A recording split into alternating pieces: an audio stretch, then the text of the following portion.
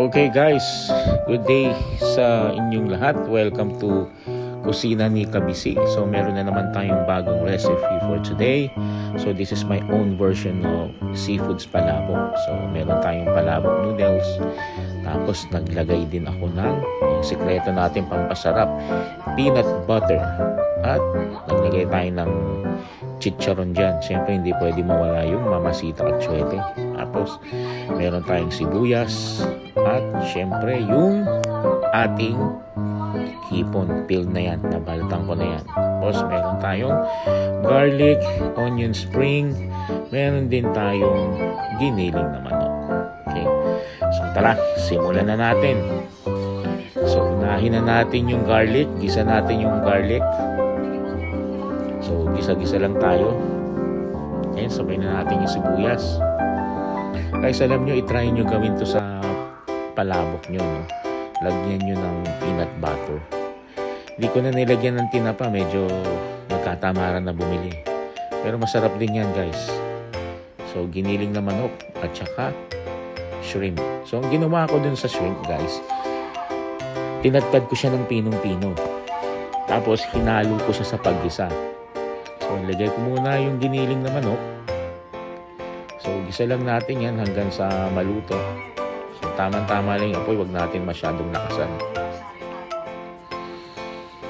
Saluin natin. So ginawa ko din sa shrimp natin guys, dinurog ko na siya para kasama na at para maging malasa na yung palabok natin. Ayan, medyo luto na yung manok natin. Ayan yung shrimp natin guys. Sinama ko na sa gisa. Chinop-chop ko na siya para mas malasa yung magiging sauce ng ating seafoods palabok. May mabilisan lang yan guys, napakabilis lang gawin ito. Tapos napakasarap pa. Yung isang pack ng palabok, napakaraming tao na makakakain nun. Okay, tapos gisa lang ng maigi hanggang sa mga moy. Ayan, nangangamoy na siya guys. Medyo iba na yung amoy niya. Tapos lagay nyo na yung seasoning natin, salt, pepper, magic sarap. Naglagay ako ng sugar din dyan. Tapos to enhance the flavor, naglagay ako ng garlic powder.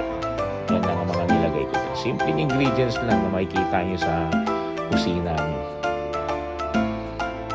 Yung importante dyan, yung noodles, pakuluan nyo ng maigi. Onion spring. So yung onion spring, hinati ko, nilagay ko na rin dyan. Tapos after na kumulo, maglalagay din ako ng onion spring kasi pampabango. Sayang nga, hindi ako nakabili ng tinapa, pero masarap din yan for sure. Tapos dyan, hayaan nyo lang siyang kumulo.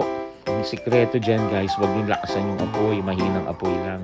Hayaan nyo yung kumulo ng matagal para lumasa yung chicken, lumasa rin yung yung hipon. Yan, kumukulo na siya. Tapos lagay na natin yung atsuete, pakulay. Pampakulay at pampalasa rin yan. Okay, so tuloy lang natin yung halo dito guys.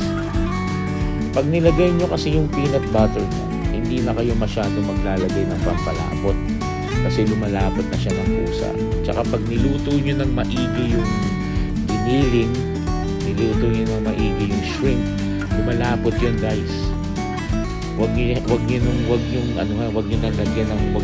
ng masyadong pampalapot. Lalapot mag-isa yan. But syempre, kung kinakailangan, lagyan pa rin natin ito. Tapos yan, nilagay ko na yung ating peanut butter. Napakasarap niyan guys. So naglagay din ako dyan ng ng patis. So to taste nyo na lang yan, to taste. Kayo nang bahala, kayo masusunod dyan. So kung titignan nyo, hindi pa siya malapot, no? Mamaya yan, ilalagay ko lang yan sa low settings na apoy at unti-unting lalapot yan kasi gusto ko pinakukuluan ng matagal para lumabas yung lasa ng mga ingredients natin. Okay, naglagay na ako ng dinurog na chicharon. So partial lang nilalagay ko. Okay, ayan, nakita nyo kumukulo na ang Amoy na. Yan, nilagay ko na yung onion spring. So, dalawa gamit ng onion spring natin dyan. Sabay nyo na sa kulo at saka pang-garnish natin mamaya. Masarap yung palabok pag maraming onion spring. Ayan, tignan nyo ha. Lumalapot na siya pero hindi pa ako naglalagay ng corn flour. So, syempre maglagay din tayo ng konting corn flour. Tama lang. So, pag nalagay nyo na yung corn flour, lagay nyo lang sa mahinang apoy, hayaan nyo lang kumulo ng kumulo. Napakabango niyan. Favorite ko yung palabok guys eh. Ito yung traditional palabok na makikita mo sa palengke na masarap. Yung nakakatakam. Sayang nga, hindi tayo nakabili ng tinapa.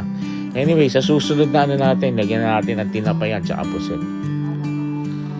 Yan, medyo malapot na. Nga pala, huwag nyo kalimutan maglaga ng itlog. Pang-garnish natin yun. O guys, tignan nyo, di ba malapot na? So, eto ngayon yung ating finished product. Napakaganda tignan, di ba? Okay guys, again, thank you very much. Please like, share, and subscribe. Have a good day.